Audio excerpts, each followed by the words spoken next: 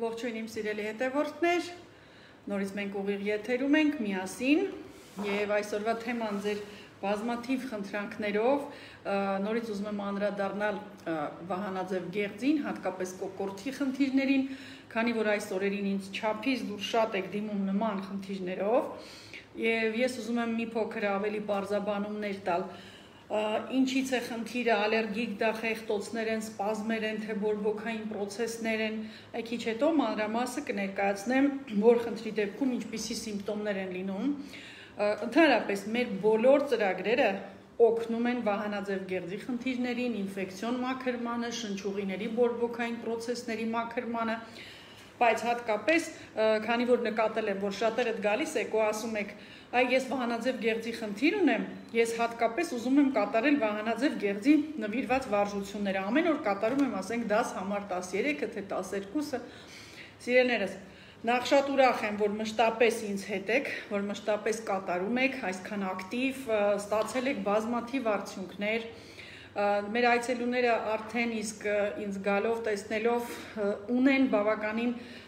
կարծես հագեցվածություն տեխնիկան պես, որ կարողանում են ճիշտ շնչել, դա ինձ շատ գոհացնում է, որ էկրանից այդ կողմ կարող եք սովորել շնչել, ինչը որ առաջ ինձ թվում էր բավականին բարդ։ Իհարկե կան մարդիկ, ովքեր ծուլություն են անում, կիսատ են շնչում, ասում են հետևում ենք մենք ձեզ, բայց ցավոք հետևելը դեռ չի նշանակում կատարել։ Իսկ ահա նրանք, ովքեր ինձ հետ կատարում են, ես հատուկ ուզում եմ ջերմ ողջունեմ, իմ, ինչպես ասեմ, էներգիան, իմ ջերմությունը ձեզ, որտեվ իրոք դուք մեծ գործ կատարեցիք, մենք միասին այս օրերին շատերին օգնեցինք, մեկը մյուսին ձեր արդյունքով կիսվում եք, փոխանցում եք այս գիտելիքները, մեր տեսանյութերը, այնպես որ ես շատ շնորհակալ եմ, որ մարդիկ սկսեցին հասկանալ, գնահատել, ես նույնպես ձեզ բոլորիդ ողջունում եմ։ Տեսնում եմ, որ հավաքվում եք, քանի որ թեման այսօր բավականին ինֆորմատիվ է, շատ մեծ է եւ շատ կարեւոր, մի փոքր սպասեմ ու շարունակեմ։ Այո, շատ ուրախ եմ, որ կատարել եք եւ գեղեցկացել է ձեր կազմվածքը, հրաշալի է։ Գրեք խնդրում եմ, ինչ խնդիրներ են անցել ձեզ մոտ։ Ես խնդրել էի ձեզ ուղարկել տեսանյութեր ձեր արդյունքների մասին, շատերը ուղարկում եք եւ շատերը ամաչում են ուղղակի իրենց ցուցադրել եթերից դա նույնպես ես հասկանում եմ, բայց ինձ թվում է պետք չի ամաչել, ուղղակի կիսվենք, որպեսզի մարդիկ իրոք տեսնեն, հասկանան, որ փոփոխություններ բոլորիս մոտ հնարավոր է, միայն պետք է պարտաճանաչություն, պետք է հետևողական կատարել։ Տեսեք, մեկ օր հաց ուտել, մյուս օրը հաց չուտել, բնականաբար մենք չենք կարող կամ այսօր ջուր խմել, վաղը ջուր չխմել։ Ինչպես կարելի է այսօր շնչել, վաղը չշնչել, հա? Դա մեր վեգետատիվ կարևորագույն ֆունկցիան է, այ բնությունը հետաքրքիր ձևով է մեզ կառուցել, որ շնչառական ֆունկցիան միակ ֆունկցիան է, որին մարդը կարող է միջամտել։ Տեսեք, դա այն ուտելը մենք թողել է մեր հույսին բնությունը, այսինքն մենք գիտի, որ դուք կուտեք, սոված չեք մնա։ Նույնը օրինակ սրտի աշխատանքը հակառակ նա ավտոմատիզմի է վերածել, այսինքն շատ կարևոր օրգանների աշխատանք ինքը ստինքյան օրգանիզմը կարգավորում է։ Իսկ շնչառությունը դա կարգավորվում է մեր կողմից։ Այսինքն ուզենք խորը կշնչենք, ուզենք կիսատ, ուզենք շունչը կպահենք, եւ ահա իմանալով կապը շնչառության եւ սրտի աշխատանքի, շնչառության գլխի սնուցման մկանների, մենք կարողանում ենք ահա ուղղորդել թթվածինը այն օրգան, որը մեզ պետք է։ Այդ է պատճառը, որ շատերիդ մոտ բայց շատերիդ մոտ փոփոխություններ են նկատվում ամեն մեկինը իր պրոբլեմային հատվածում։ Իհարկե կարող են մնալ դեռ պրոբլեմներ, այդ հարցերով խնդրեմ կիսվեք, գրեք մեզ, տվեք ձեր հարցերը, եթե Հայաստանում եք մոտեցեք, մենք միշտ աշխատում ենք, միշտ ընդունում ենք, տարբեր պրոբլեմներ, իհարկե հիմքում տարբեր պատճառներ ունեն։ Եվ այսպես, արդեն զգում եմ, որ հավաքվում ենք, այսօրվա թեման, կոկորդային խնդիրներ, վահանաձև գեղձ եւ իհարկե խեղտոցներ կամ ալերգիկ ռեակցիաներ։ Ինչով են դրանք մեկը մյուսի հետ կապված։ Գիտեք, որ եթե շնչուղիները մեր շնչառության թթվածնի ներմուծման ճանապարհն են ապահովում, ապա բերանի խոռոչը սննդանյութերի յուրացումն է ապահովում։ Եվ սա առաջին լորձաթաղանթային համակարգերն են, որոնք շփվում են անընդհատ օդի, փոշու, մանրէների, ինֆեկցիաների հետ։ Եվ բնականաբար այնպես է ստեղծված, որ մենք պայքար ունենանք, այսինքն արտահոսք, իմունիտետի ինֆեկցիաների ճանաչման հատկություն, այդ տոքսինները կամ ինֆեկցիոն մնացորդները կամ փոշին, սննդային թունավորումը անմիջապես զգանք։ Եվ ահա, բերանի խոռոչի մասին եմ այսօր ուզում մի փոքր խոսել, որտեղ շնչուղիներից շատ ենք խոսել, որ կարող է քթից ներհոսք լինել կոկորտում խեղտոց, կարծես ինչ-որ բան է կանգնած, շատերդ ուզում եք անընդհատ այսպիսի հազի ձայներ հանել կամ բրոնխում է սկսում արդեն ներքևում սպազմեր, բայց մեծ մասի մոտ չեն հասկանում ինչու, բայց կոկորտում կարծես մի բան կանգնած լինի։ Ու բոլորին թվում է, թե դա պարտադիր վահանաձև գեղձն է, եթե կուլ տալուց ցավ է լինում կամ խեղտոց, միգուցե մի քիչ կապում են նշիկների, գլանների բորբոքման հետ, իսկ այս օրերին ցավոք գիտեք, ինչքան դիմակները կրեցինք, այնքան արտաշնչած մեր մանրէները նորից հետ ներշնչեցինք եւ ցավոք ստացանք բավականին լուրջ բորբոքային ֆոն, առանց այդ էլ մաքուր չէր մեր լորձաթաղանթները, հիմա առավել եւս սրացած են խնդիրները եւ ինձ շատ են դիմում բորբոքային պրոցեսներով, նշիկների գրգռմամբ, ֆարինգիտ, լարինգիտ, նրանք կոկորտի քրոնիկ տոնզիլիտները հա այսպիսի պրոբլեմներով, բայց շատերը նաև պարտադիր նշում են, որ ես ունեմ վահանաձև գեղձի խնդիր։ Եվ այսպես, եկեք մի հետաքրքիր տեստ անենք, օրինակ, ստուգենք մեր լեզվի լորձաթաղանթի գույնը եւ հասկանանք, ունենք արդյոք, որ այո, եթե հազում եք սկզբում, նշանակում է դեռ բրոնխային լորձաթաղանթներում խնդիր կա, սիրելի Սիլվա, դուք գրում եք, արդյոք հազը նորմալ է դասի սկզբում։ Այո, նշանակում է դեռ լորձաթաղանթներում, լիմֆատիկ հանգույցներում պայքար է գնում եւ ինքնամաքրում է կատարում օրգանիզմը։ Միգուցե դրա պատճառը սնկային հարուցիչներն են, միաբջիջներն են։ Եվ հատկապես այդ մասին մատնում է մեր լեզուն։ Պարզվում է, որ չինական բժշկության մեջ տարբեր մարմնի մասեր կարող են հանդիսանալ դիագնոստիկ տեղեր։ Օրինակ, մենք գիտեք, մեր կենտրոնում հետազոտում ենք աչքի ծիածանաթաղանթով, շատերը արդեն տեղյակ եք, եկել եք, ովքեր չգիտեն, թող լսեն նորից, որ հնարավոր է, որ աչքի մեջ հասնեն բոլոր օրգաններից նյարդային վերջույթներ եւ խնդիրներ լինելու դեպքում աչքը անմիջապես մատնում է կամ արդեն գիտական հիմքերով ապարատը մեզ ցույց է տալիս, որ օրգանում կա ինֆեկցիոն ֆոն, որտեղ կա սնուցման խնդիրներ, որտեղ կա թունավորում, ինֆեկցիա եւ այդ ամենը ընդհանրապես աչքի ծիածանաթաղանթով հետազոտվելով։ Բայց քանի որ մեծ մասը հնարավորություն չունեք գալու Հայաստան, Երևան, կարող ենք տանը գոնե թեթևակի դիագնոստիկա, ախտորոշում կատարել ըստ մեր լեզվի վիճակի։ Հատկապես քանի որ խնդիրը վերաբերվում է այսօր բերանի ու կոկորտի պրոբլեմներին,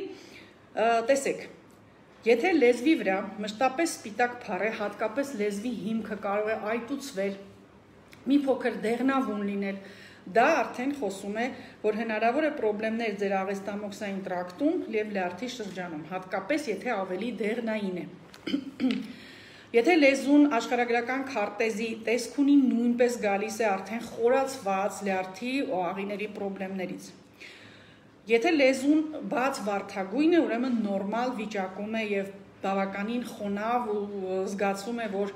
մակերեսը նորմալ է գործում։ Դուք գիտեք, լեզվի վրա կան տարբեր ռեցեպտորներ, որոնք թույլ են տալիս հասկանալ, որ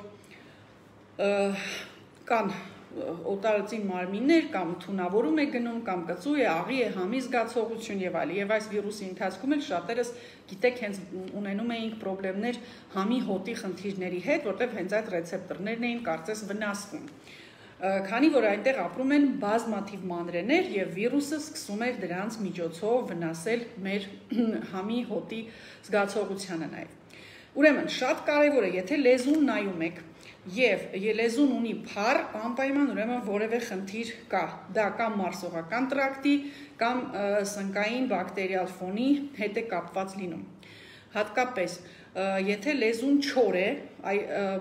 մի թեթև գունատ, դա ավելի շատ խոսում է անեմիայի մասին, եւ եթե նման մարդիկ հաճախակի ունենում են գունատություն, քրոնիկ թուլություն, գլխապտույտներ, հոգնածություն, ուրեմն պարտադիր ուշադիր եղեք, որ արյան հետ, հատկապես արյան տոկոսի, երկաթի քանակի հետ խնդիրներ ունեք։ Տեսեք, Լեզվի եզրը խոսում է կարծես սրտի աշխատանքի մասին, եւ եթե լեզուն լինում է կապտավուն երանգի, դա արդեն ամենաբարդ խնդիրն է, ցիանոզ վիճակն է եւ ուշադիր եղեք, հնարավոր է լինի սիրտանոթային անբավարարություն եւ պարտադիր պետք է դիմել ավելի շուտ բժշկի։ Եթե լինում է ավելի մանուշակագույնի խփող լեզուն, դա B2-ի, B12-ի պակասն է, ինչպես նաև, եթե լեզուն կենտրոնում ճեղքվածք ունի, խոսում են դա ողնաշարային խնդրի մասին։ Լեզվի կողքերը, եթե կտրտված է վերքային, դա նույնպես բերանի խոռոչում, մանրեածին հարուցիչների մասին է խոսում, այնպես որ պետք է ուշադիր լինենք։ Եվ միշտ ասում են, որ լեզուն համարվում է սրտի շարունակությունը, այնպես որ լեզվի գույնի հետ կապված անպայման ուշադիր ենք լինում։ Կանաչ երանգավորում ստանալու դեպքում դա լեղու, կարծես սուրթունավորումների նշան է եւ անպայման եւս ուշադիր եք լինում ահա գույնի փոփոխություններին։ Ուրեմն սա ինչ վերաբերվում է, ու իհարկե շատ կան դիագնոստիկելի ազդեցություններ, այժմ համացանցում դրանք լիքն են, բայց ամենատարածվածը սպիտակադեղնավուն կամ կապտավուն կամ կտրտված քերված այրոցի զգացողություններով, սրանք կարող են ավարտվել մինչև հիմք եւ տան ալերգիկ խեղտոցներ, ցավոք, քանի որ լիմֆատիկ համակարգը միշտ այս հատվածում է, հատկապես վահանաձև գեղձի շրջակայքում, հիշում եք, մենք շատ ենք անում վարժություններ լիմֆան մաքրելու, ահա այս հատվածներում է, ծոծրակի շրջանում է եւ անմիջապես դեպի ներքև եւ մեզ թվում է, որ խնդիրը խեղտոցների գնում է արդեն դեպի վահանաձև գեղձ։ Իրականում վահանաձև գեղձի շրջակայքում տեղավորված մեր իմունային բջիջները ինֆեկցիան անընդհատ հավաքում են իրենց մեջ եւ արդյունքում հասնում է նրան, որ կարող է եւ հանգույցներ լինել, եւ ֆունկցիայի թերացումներ, այսինքն եւ հիպոթիրեոզ, եւ հիպերթիրեոզ, այսինքն եւ գերֆունկցիա եւ հիպոֆունկցիա։ Եվ ցավոք մենք սկսում ենք տարիներով խմել արդեն փոխարինող հորմոններ եւ չենք հասկանում, որ դա խնդիրը միայն գեղձից չի։ Պարզում է, որ մեր վահանաձև գեղձը շատ կապված է ինչպես մանրեների առկայության հետ, այնպես էլ կապված է մեր հոգեբանական ու ստրեսային վիճակների հետ։ Ես այսօր շատ հետաքրքիր ինֆորմացիաներ էի թերթում եւ տեսա, որ հատկապես համարում են, որ ստրեսից հետո կամ մարդկանց բնավորության գծերի հետ կապված դուք կարող եք ունենալ վահանաձև գեղձի այս կամ այն պրոբլեմը։ Օրինակ մարդիկ, ովքեր ունեն հիպերֆունկցիա, համարում են, որ նրանք ավելի ագրեսիվ են, ավելի բռնկվող, ջղային, նման մարդիկ անընդհատ արտահայտում են իրենց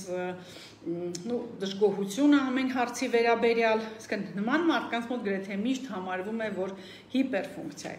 Իսկ հակառակը մարդիկ, ովքեր չեն կարողանում արտահայտվել իրենց ինչպես է կոչվում աբիդան, իրենց եթե վիրավորանքը եւ այլը չեն կարողանում արտահայտել, ներս են գցում եւ այդ ներս գցելուց առաջանում է հիպոֆունկցիա։ Իհարկե սա կոչվում է պսիխոսոմատիկա, հոգեբանական նյարդային կապերը մեր ֆունկցիաների հետ։ Իրականում բժշկության առումով համարվում է, որ յոդի յուրացման պրոբլեմներ ենք ունենում, հատկապես վահանաձև գեղձի կողմից, եւ եթե յոդը քիչ է, իսկ մենք գիտեք լեռնային երկիր ենք, յոդ բավարար քանակով կարող է լինել միայն հողում, եթե եւ ծովամթերքների մեջ, ցավոք մենք չենք սնվում ոչ ծովամթերքներով այդքան շատ, ոչ էլ հողում ունենք յոդ։ Եվ մենք պետք է պարտադիր արտաքինից վերցնենք, ընդունենք։ Եվ այդ յոդը միայնակ չի յուրացվի։ Մենք պետք է անպայման ունենանք սելենի հետ համակցված։ Ինչ է սելենը? Դա կարևորագույն միկրոէլեմենտ է, որը չնչին դոզաներով է պետք մարդուն, բայց առանց սելենի առաջանում են կիստաներ, ֆիբրոզներ եւ վահանաձև գեղձի վրա եւ հյուսվածքներում արդեն Պարզվում է, որ վահանաձև գեղձի խնդիրներից հատկապես յոդի դեֆիցիտի նշաններից են ավելորդ կամ պակաս քաշը, հիմնականում ավելորդ, հիմնականում հոգնածության, մտքերի, կենտրոնացման, հիշողության վատացումները։ Այդ ֆիբրոկիստոզ մաստոպաթիաներ այս շատ կանանց մոտ գրեթե միշտ, եթե յոդի դեֆիցիտ է կամ վահանաձև խնդրի, անպայման կարող է զուգակցվել դեպի ներքև։ Իհարկե, հենց չափերի մեծացումը, ես իհարկե նշել եմ, որ չափերը կարող են մեծանալ եւ թթվածնի, եւ ջրի պակասից, եւ իհարկե, երբ ֆունկցիան խեղճ հյուսվածքը չի հասցնում կատարել։ Շատ դեպքերում ստրեսերը, գլխից սիգնալների վատ ազդելը կամ պարազիտների կողմից ձեր հաշվին սնվելը ձեր օգտակար միկրոէլեմենտների նորից կարող է բերել վահանաձև գեղձի խնդիրների։ Նաև շատ դեպքերում մաշկի չորություն, բերանի չորություն, աչքերում խոնավության անկումներ, ինչպես նաև հաճախակի գլխացավեր, կախված սեռական հորմոնալ խնդիրների, ցիկլի խանգարումներ, պոլիկիստոզներ, սրանք բոլորը շարք են, որոնք կապված են մեկը մեկի հետ։ Եվ ինչպես այս ամենից ազատվենք, ուրեմն պետք է այս ամբողջ շարքը հետազոտել, թե ում մոտ ինչ պատճառներով է եւ ինչ սիմպտոմներ են ավելացել, եւ ուղղակի միայն հորմոնի օգտագործումը շատերդ նկատում եք, տարիներով օգտագործում եք, ցավոք փոփոխություն չկա։ Դոզավորումը մեծացնում եք, ցավոք մնում է նույնը։ Հակառակ դուք ավելի եք խեղդվում, այդ զգացողությունը ճնշող եւ այն բոլոր սիմպտոմները, որոնց մասին ես քիչ առաջ խոսեցի, նույնպես հնարավոր է ձեզ մոտ ավելի սրվեն։ Ինչ անել այս դեպքում։ Ուրեմն, ես իհարկե այսօր կցուցադրեմ, մենք էլի ենք արել վահանաձև գեղձին նվիրված դասեր, այսօր եւս կանեմ մի քանի հետաքրքիր վարժություններ, որոնք օգնելու են տեղային լավացմանը, բայց վահանաձև գեղձի շուրջ գտնվում են նաեւ, տեսեք, շատ կարեւոր գեղձեր, կոչվում են պարաշիտավիդնայա ժելիզա, հարվահանաձև գեղձ, որը ապահովում է, այնտեղ հարց եմ տեսնում կալցիումի մասին, դրա համար եմ ուզում անդրադառնալ, հենց կալցիումի յուրացման խնդիրներին։ Եվ այդ գեղձերը չափից դուրս քիչ են ուսումնասիրված, գրեթե շատ քիչ էնդոկրինոլոգներ են ուշադրություն դարձնում, իհարկե կարող է հիպոկալցեմիայից խեղդոցներ լինեն, բայց ես կարծում եմ, որ դա ավելի շատ կապված է ձեր այս անրակային կոկորդային լիմֆատիկ հանգույցներում թթվածնի պակասի արյան մեջ եւ տոքսինների կուտակման հետ, սովորաբար իմ պրակտիկայում դա այդպես է, երբ սկսում եմ մաքրել օրգանիզմը, լիմֆան եւ տալ թթվածնի քանակ, այդ խեղդոցները զգալի վերանում են։ Նաև չենք մոռանում, որ խիստ կապված են այս բոլոր գեղձերը մեր պարանոցային ներվերի հետ, ողնաշարից դուրս եկող եւ պարանոցային օստեոխոնդրոզը գրեթե միշտ ազդում է կոկորդի խնդիրների վրա։ Այսինքն կարող է սպազմ լինել պարանոցի մկաններում, դուք փակվեք, սեղմվեք եւ այդ խեղդոցը գրեթե միշտ լինի։ Եվ կալցիումը իրականում չի յուրացվում։ Բայց այստեղ եւ էնդոկրին համակարգը, եւ նյութափոխանակությունը, եւ հոդերը, եւ արյան հոսքը իրար հետ կապված խնդիրներ է առաջանում։ Ուրեմն, շատ դեպքերում, իհարկե շատ կարելի է խոսել վահանաձև գեղձից, ես հետո նորից մի քանի դաս անց փորձեմ էլի անդրադառնալ, որովհետեւ չափից դուրս շատ եք, ցավոք երևի կանանց 70%-ը, 80%-ը նույնիսկ դեռասային տարիքից արդեն գալիս են եւ ունեն խնդիրներ։ Եվ ցավոք մի պատճառը դա կարող է հանդիսանալ, այսօր ես իմ պրակտիկայում շատ եմ հանդիպում, գլանների ոչ ճիշտ բուժման արդյունքում լիմֆատիկ հանգույցների խեղդոցներ եւ վահանաձև գեղձի արդեն խնդիրների բերի եւ բերի նաեւ ընդհանուր թուլության, հոդացավերի, սա եւս կապված է լինում։ Եվ այս դեպքերում մենք միշտ ուշադրություն ենք դարձնում լորձաթաղանթային այդ վիճակին, վերամշակում ենք նշիկները, որից հետո արդեն երբ իմունիտետը բարձրացնում ենք այդ առաջին կարևոր օրգանը, սկսում ենք աշխատել վահանաձև գեղձի հետ։ Այսօր ես ուզում եմ խոսել նաև յոդուսելենի մասին, ես ձեզ ասել եմ, այս պրեպարատն է դա, հիմնականում հեղուկ ձևով պետք է լինի, երբ յոդը եւ սելենը միացած են,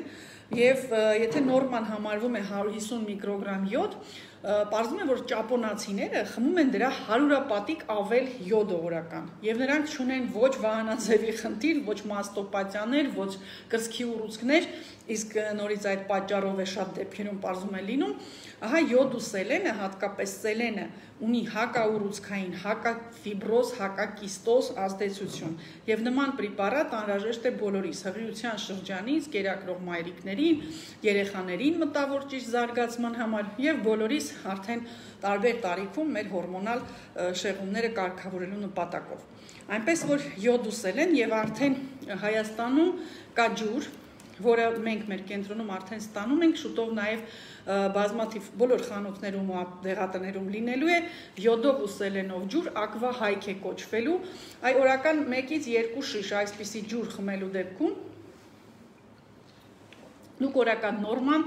յոդի ու սելենի եւս կստանաք։ Իսկ եթե ուզում ենք արդեն բուժական նպատակով, դա կանխարգելիչն է։ Կարելի է ահա յոդուսելենի պրեպարատ սկսել փոքր դոզայից ու գնալով ավելացնել։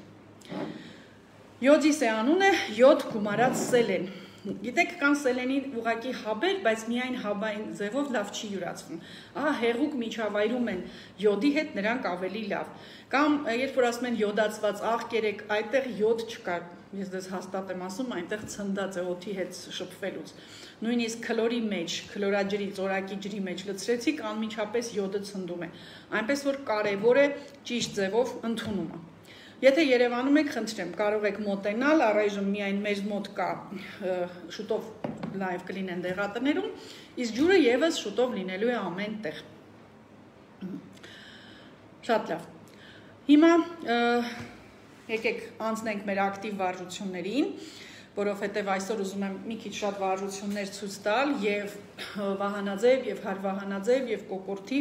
եւ պարանոցի շրջանի համար, ինչպես նաեւ հատուկ կանանց համար գեղեցկացնող, մաշկի որակը լավացնող սրանք տեխնիկաներ են, իսկ ողնաշարի ամեն մի հատված նույնպես մենք կմշակենք, որովհետև հիշում եք, ոչ մի դաս մեզ մոտ չի անցնում բոլոր մկանային խմբերը առանց մարզելու։ Մենք պետք է հերթով մարզենք, որքան հնարավոր է շատ մկանային խմբեր։ Այդ ձեզ թվում է դուք անընդհատ շարժման մեջ եք, քայլում եք, հա, բայց թթվածինը միևնույն է պակաս է, որտեղ մի պատճառը կիսատ շնչելն է, մյուսը նյութափոխանակության այս խնդիրներն է։ Մյուսը դուք միատիպի շարժում եք անում գերհոգնում։ Այնպես որ եկեք գոնե օրը կես ժամ առավոտյան կամ երեկոյան կատարենք այս վարժությունները, եթե հնարավորություն եք 2 անգամ, դա առավել լավ տարբերակն է, եւ մարզվել, զբոսնել, շարժվել, որքան հնարավոր է բնության գրկում լինել, քանի լավ եղանակ է ծիրելներից։ Այժմ կանգնենք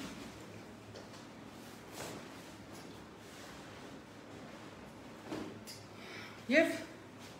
սկսենք ակտիվացնել մեր մկանային խմբերը եւ որպես առաջին վարժություն, հիշում եք, վահանաձև գեղձի համար շատ կարեւոր են մերսող, շոյող շարժումները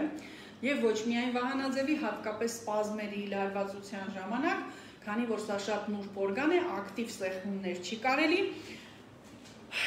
Ահա արթնացնող շատ հետաքրքիր վարժություն։ Ձեռքերը մի քիչ տաքացնում ենք եւ կարծես արթնացաք ու լվացվում եք, դեմքը ինչպես կլվանաք։ Ահա ճակատից նուրբ, այսպես շոյող, իջնում եք մինչև կրծոսկրով ստոծանի։ Նորից, ահա թեթև, արթնացրեք, մաշկը շփումով իջեցրեք։ Հանգիստ մի ականջից դեպի խաչաձև մյուս անրակոսկր, մի ականջից հակառակ կողմ, ահա այսպիսի շոյող թեթև շարժումներ, հատկապես կարելի առավոտյան արթնանալիս նուրբ մերսող շարժումներ դեպի դուրս, դեպի ներս կատարել որևէ ձեթով, օրինակ եթե ունեք քունջութի կամ խաղի կորիզի, նույնպես շատ օգտակար են մոտ 2-3 րոպե, ահա այսպիսի մերսումները։ Մեր շնչառական վարժությունները հատկապես մաքրող շնչառություններից ենք հիմա սկսելու, խորխային մնացորդները մաքրենք, օղողենք կոկորտը, որտեղ չորությունը, խորխը խանգարում է ճիշտ շնչելուն։ Սկսենք միասին։ Հիշում եք մեր մաս-մաս շնչառությունը, բերանով դատարկում ենք։ Եվ փորը լրիվ հետ է գնում։ Նորից շունչ, մաս-մաս, քթով շունչ, մաս-մաս։ Այս վարժությունները կարող են մի քիչ հազը սրել, եթե կա խորխի մնացորդ, քթով շունչ, եւ հիմա լրիվ դատարկենք, ուսագոտուց, ստոծանիով, մինչև վերջ, փորը ձգենք,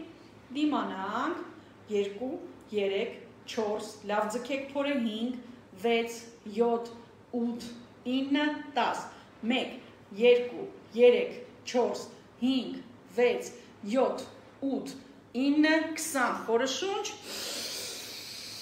քթով արտաշունչ, մինչև որովայնի հատակ, ու նորից շունչ, Եվ նորից դանդաղ արտաշունչ։ Տեսեք, սա խեղտոցների սպազմի վերացման լավագույն վարժություններ։ Մաս արտաշնչել, մաքրել թոքերը, բրոնխները եւ իհարկե անպայման վերջում կատարել քթով շնչառություններ։ Հաջորդ վարժությունը հիմա մի քիչ ակտիվացնենք մեր ստոծանին, որովհետև ես անընդհատ խոսում եմ, որ թոքի ստորին հատվածում եք ու տակում մնում, դա է հազ ու խորխ առաջացնում, միայն կոկորդում կանգնած այդ կոմվ գորլի, հա, դա պատճառը միայն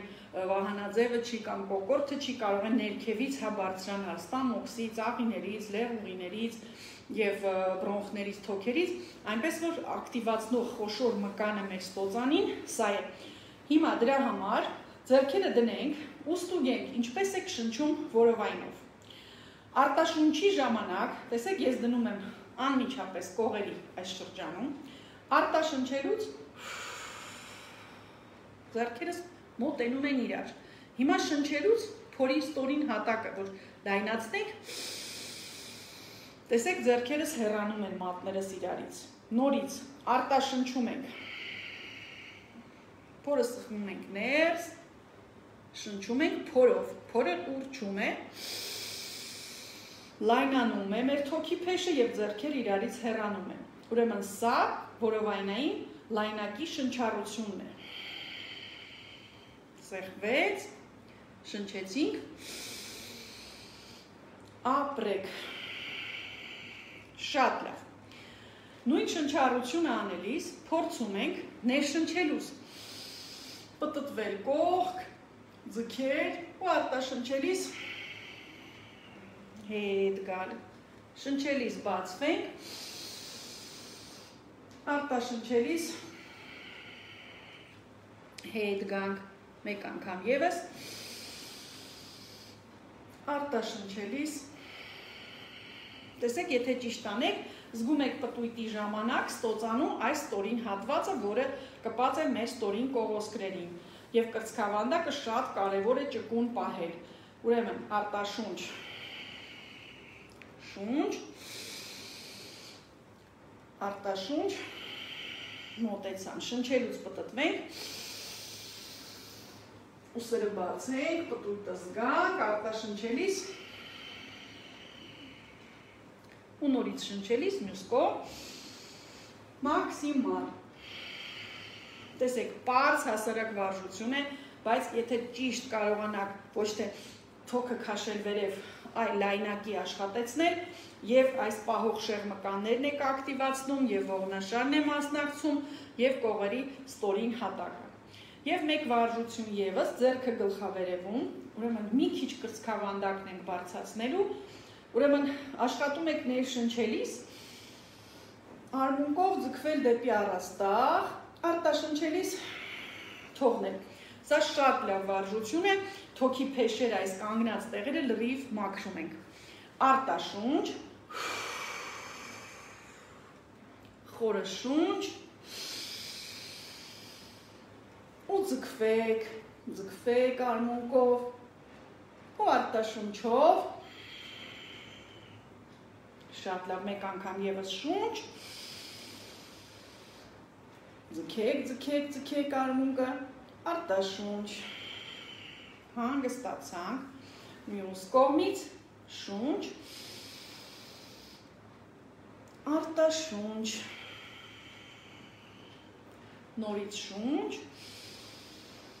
ինչքան կարող եք արմունկով ձգվեք վեր, այս կողային հատվածով ու արտաշունչ, շատ լավ։ Ահա այս վարժությունները կարծես արթնացնում են մեր թոքերը, լարվածությունն են հանում կրծքավանդակից, սպազմը։ Հիմա ուզում եմ ցույց տալ մի երկու վարժություն հատկապես վահանաձև գեղձի եւ այս լիմֆատիկ հանգույցների համար, որտեղ եթե նույնիսկ գլանները մշակվում են կամ վիրահատված չկան, շատ դեպքերում այս լիմֆատիկ հանգույցներն են վերցնում թույնը, տոքսինը, վնասը իրենց վրա եւ այստեղ ունենում եք խեղտոցի, ճնշման կամ այտուցի զգացողություն։ Ահա տեսեք, կարծես վերցնում ենք այս մկանը, այստեղ տեսնում եք մենք ջլային մկան ունենք, հա, ծնոտի տակից իջնում է այս ջիլը։ Այս երկու մատով կարծես խրում ենք այդ մկանի տակ նուրբ, Այս ձեռքով բերում, ահա այսպիսի թեթև մերսող շարժում։ Նորից սեղմում, նուրբ, նուրբ, նուրբ, նուրբ։ Նույնը մյուս կողմից մատերը դնում ենք ահա մկանի տակ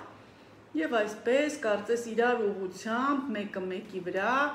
թեթևակի սեղմում։ Ուժեղ չսեղմեք։ Թեթև։ Շատ լավ։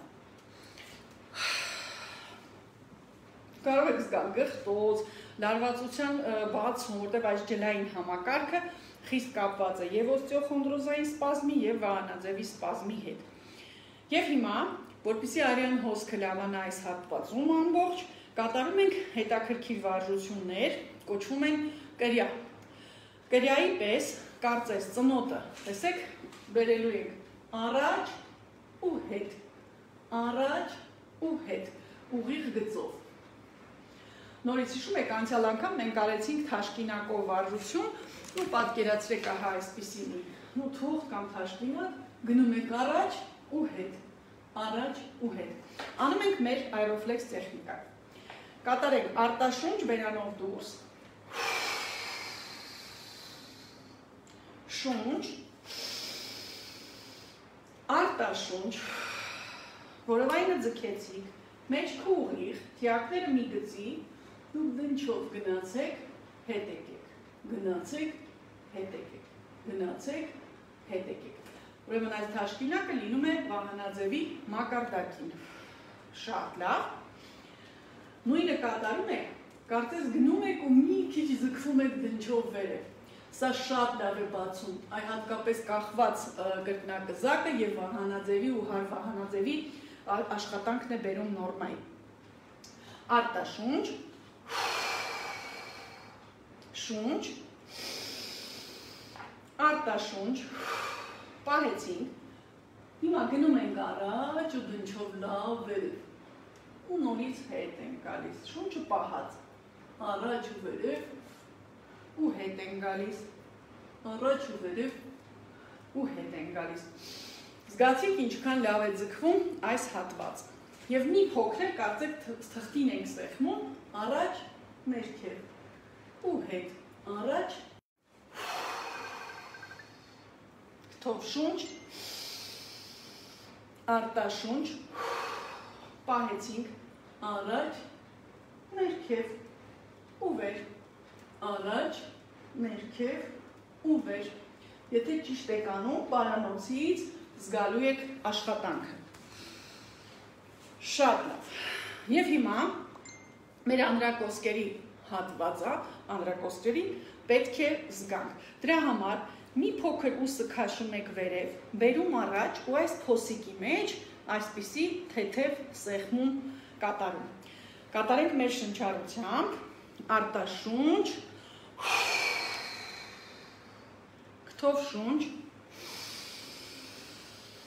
արտաշունչ, պահեցինք, ուսը ձգեցիք վերև, մի քիչ առաջ, փոսիկը զգացիք, թեթև սեղմեք, կարծեք մերսում եք անում, ուսը ահա այսպես քաշելով մի քիչ առաջ։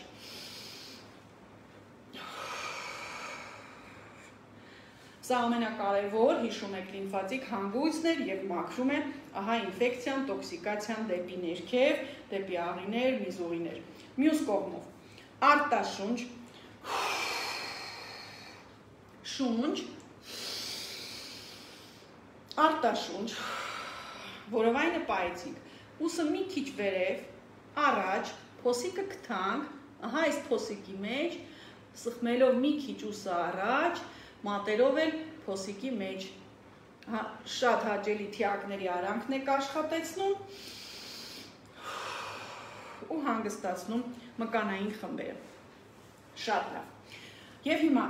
ընդհանրապես վահանաձև գեղձի հետ շատ կապված է լյարդը, երիկամը, ենթաստամոքսային գեղձը, դրա համար պարտադիր պետք է ակտիվացնել այս շրջանը։ Դրա համար պտույտները եւ ահա ակտիվացնող շարժումները այս հատվածում շատ օգտակար են։ Նույնը նաեւ առաջ թեքումները, կողք թեքումները, դրանք մեր տարբեր դասերից նույնպես կարող եք կատարել։ Հիմա մի երկու վարժություն, միասին կատարենք։ Ուրեմն, որպեսզի ակտիվանա, ահա այս գիծը, այդ հատվածով կորանալու եք հետ, առաջ, արտաշունչ, շունչ,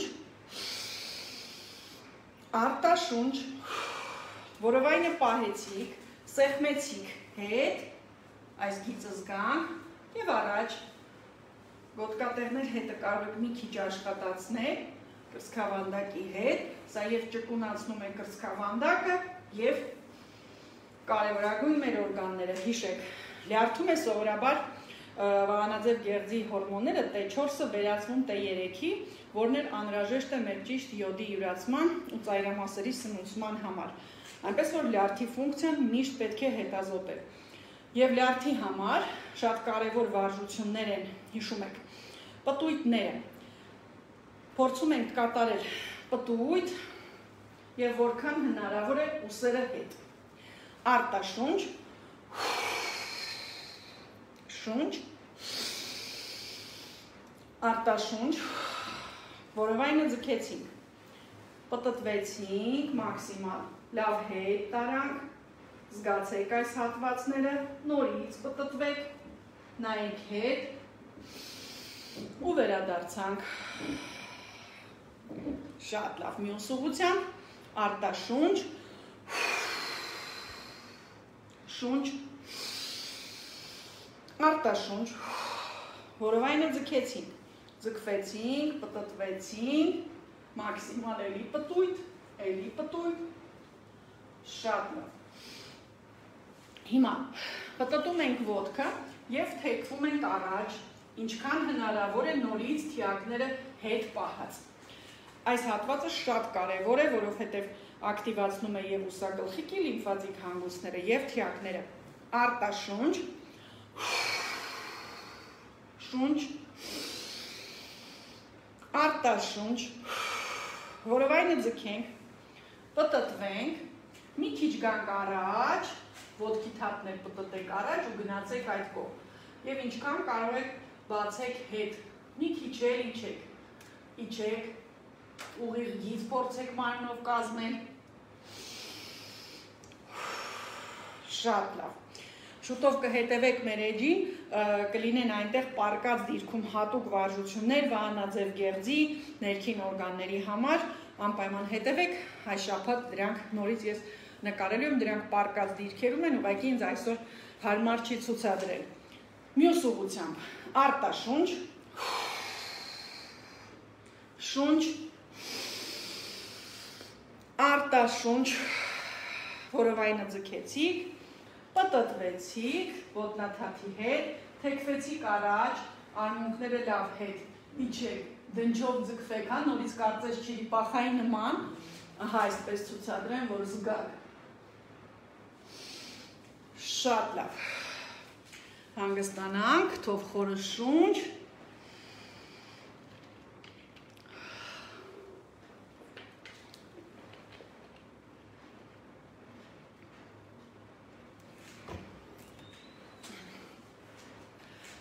Ես էլ ձեզ եմ շնորհակալ, որ ձեր ժամանակը տրամադրում եք մեզ, կատարում եք այս վարժությունները ու խորհուրդները։ Ոտքերը միասին, փորձում ենք լավ ձգվել վեր ու իջնել, որքան հնարավոր է հասնել գետնին։ Հիշում եք այս վարժությունը, ես նույնպես ասել եմ, որ շատ է օգնում լյարդ, ենթաստամոքսային գեղձ ու նաև վահանաձև գեղձ։ Արտաշունչ, շունչ, արտաշունչ, որովայնը ձգեցիք, լավ ձգվեցիք ու իջանք, հասեք, փորձեք տեսնել ձեռքերով հասնում եք գետնին, թե ոչ։ Եթե պարբերաբար կատարել եք իմ վարժությունները, հաստատ ճկունացել է ծնկների ետևը և դուք պիտի որ ավելի հեշտ հասնեք այժմ գետնին։ Լավ, հիմա մի քիչ ծնկների հետևը բացենք, հիշում եք, ահա այսպիսի վարժություն, սահում էինք մինչև ծնկներ ու էլի դնչով այդ չիրիպախան չենք մոռանում, ձգում ենք վահանաձևը առաջ և ծնկների հետևը լավ ձգում։ Արտաշունչ, շունչ, արտաշունչ, որովայնը ձգենք, սահենք, իջնենք և ձգվենք դնչով առաջ, մի քիչ էլի իջեք, փորով փորձեք հասնել ազդրերին ու էլի ձգվեք։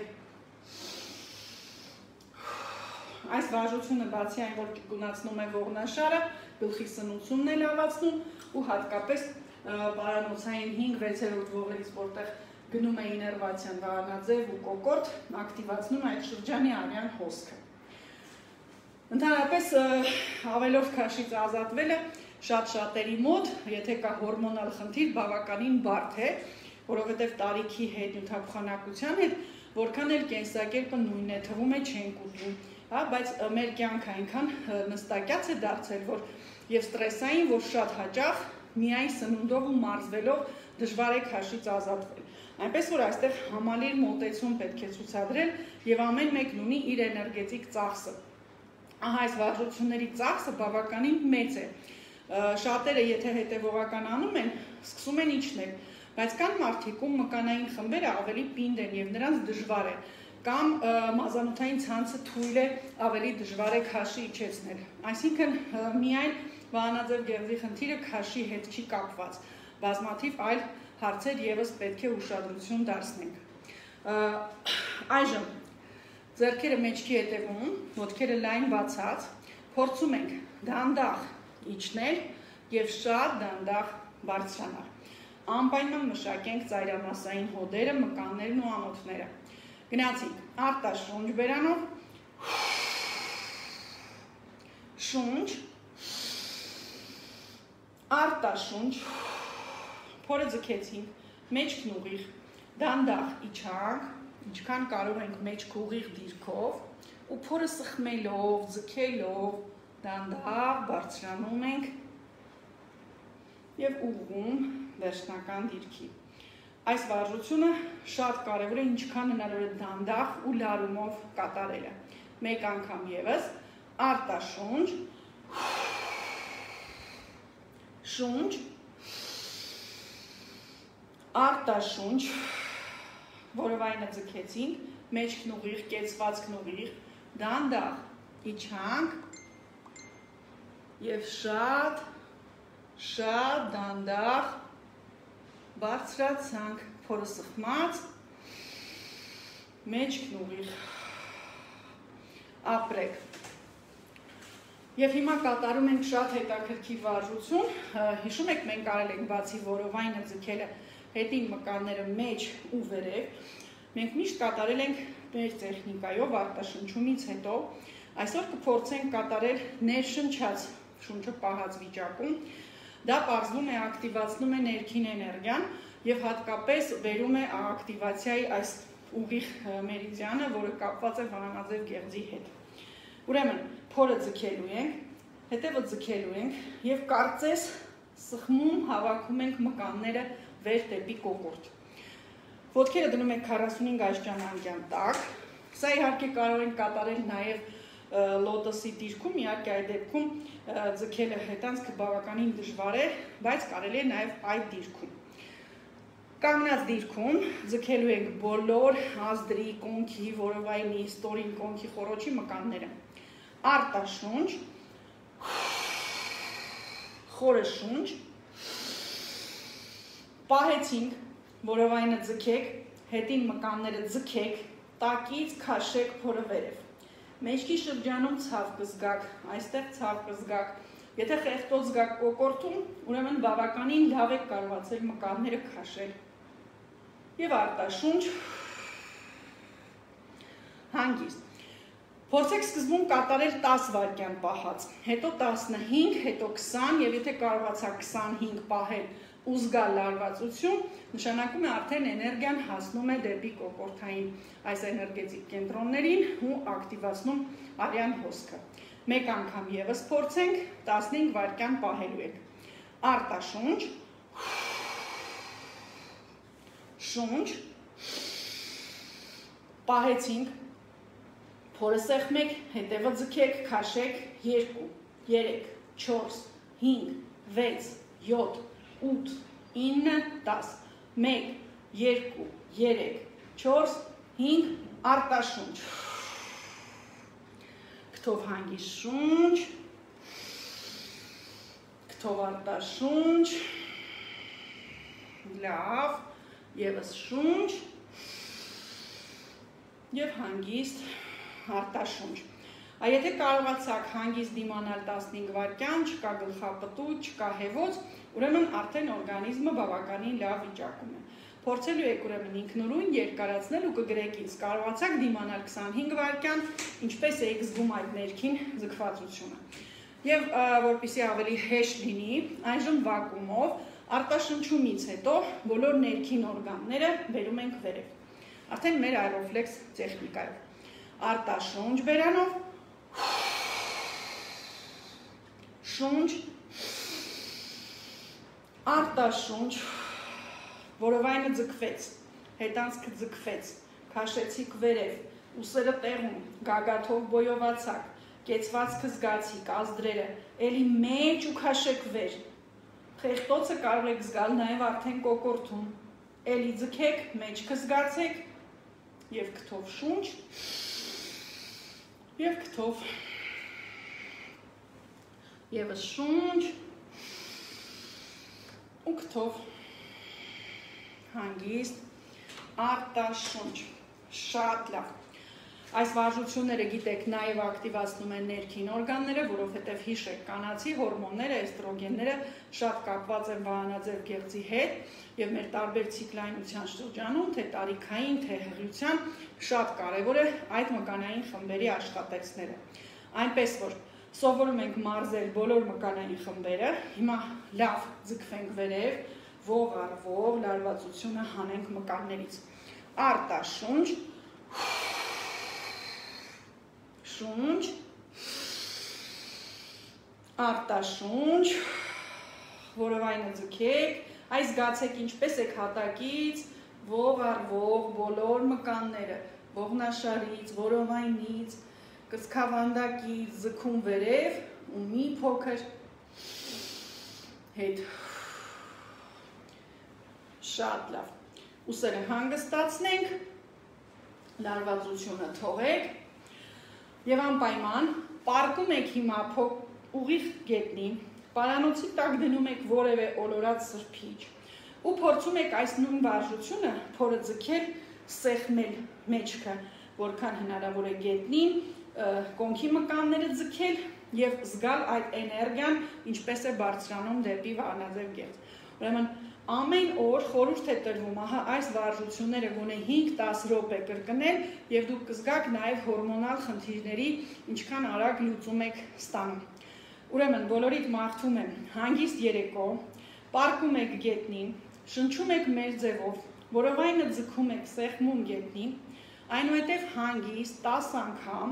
քթով շունչ, քթով արտաշունչ ու փորձում եք լիցքաթափել ձեր բոլոր մկանները։ Եվ երեկոյան անելիս այս վարժությունները շատ է օգնում անքնության վերացմանը, ստրեսային վիճակների դեմ պայքարին, ինչպես նաև եթե առավոտյան եք անում, կարող եք ակտիվացնել և օրվա ընթացքում մեծ էներգիա տալ օրգանիզմին։ Շնորհակալություն, որ ինձ հետ եք, տեսնում եմ ձեր ջերմ խոսքերը, ապրեք 25 պահեցիք, շատ լավ է։ Հոյակապ է, եթե ներշնչած պահում եք 25 ու գլխացավ, գլխապտույտ, ճնշման բարձրացում չի լինում, ուրեմն բավականին անոթային համակարգը ևս եկել է նորմայի։ Շատ լավ, խնդրում եմ գրեք, ինչ թեմայով կուզենայիք լինել մեր հաջորդ հանդիպումները, ինչ ակտուալ հարցեր կան, որոնք ձեզ խիստ հուզում են։ Շնորհակալություն, բոլորդ կարող եք հիմա պարկել, հանգստանալ, կատարել մի քանի շնչառական վարժություն և լիցքաթափվել։ Հաջողություն։